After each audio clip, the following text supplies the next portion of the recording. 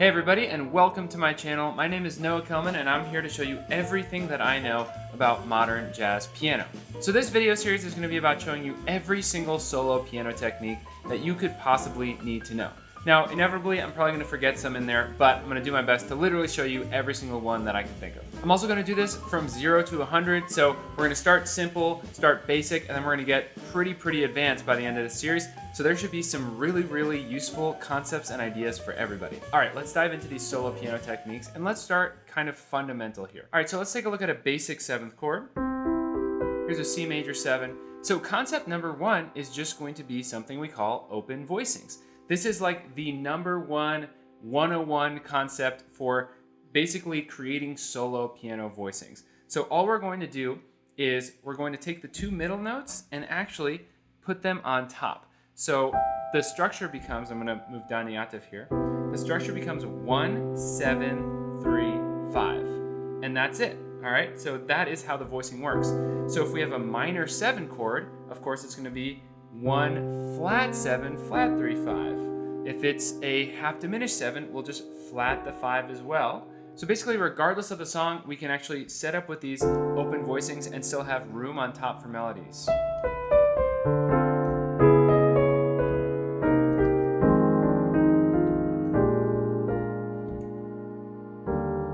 So that wasn't maybe a perfect example, but you see the point of how this works, right?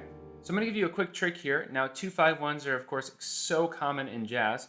Instead of jumping like this to make those open voicing structures in root position, what you can do is this. When you're on the minor 2, to get to the 5, simply lower your thumb by a half step. And then we can just keep really nice voice leading for the 1 chord, right, to get to the 1 chord. So really what's happening here is this, right? So in this case, we're doing a 2-5-1 in C major. So first chord, D minor 7. 1, flat 7, flat 3, 5 from bottom to top. When we lower this note here, what we're really doing is turning it into a rootless G chord. And what we've actually got is 5, 3, flat 7, 9. So it's a G9, right? We're just not playing that root down there. So like this. And that's a really nice little pattern we can use for 2-5-1s. So for practicing this first technique here, one of the best things you can do is just take a song and practice doing these voicings through the whole song, right? So here are the chord changes to All the Things You Are. And here on the 3rd chord, I'm just going to use our little trick because it's really a 2-5-1. Right? So we can keep going like this.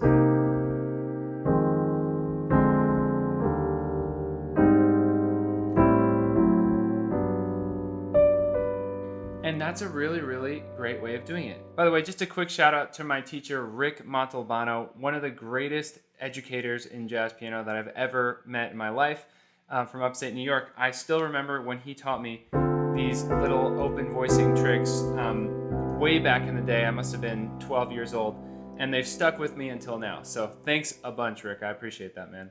So from this open voicing technique, we can then transition into getting a little bit more advanced by adding the pinky on top to be playing melodies. And that brings us to what is really the 3-hand technique, right? We start thinking of our pinky and these 3 fingers down in the left hand as kind of the bass player, right? Maybe even use this finger too if it's available. And then the kind of central fingers here, so really kind of thumb and index in each hand, maybe the middle finger sometimes as well, become like the harmony, right? Harmonic movement.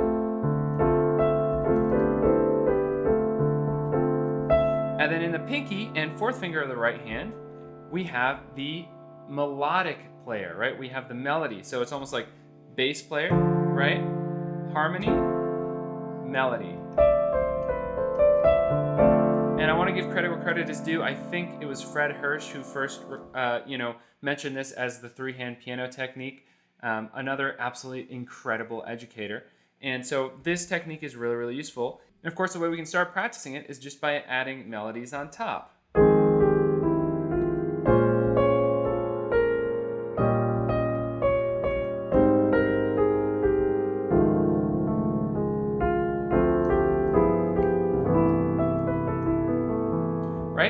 something like that. We start working on getting those melodies on top while maintaining the voicings with the rest of our fingers, or the bass and harmony players, right? Now, next step from there is, can we add a little bit of inner motion? So make the middle player work a little bit more strategically.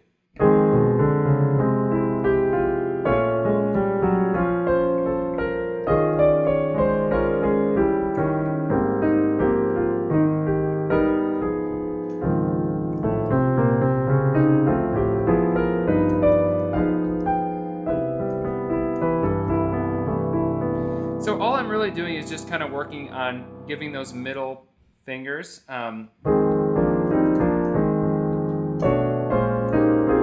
something to do, really, just moving them around as eighth notes. So what we can do is start adding in little practice regimes for this middle musician.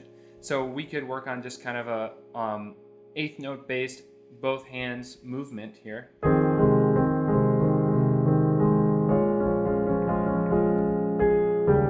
This is basic, very basic. And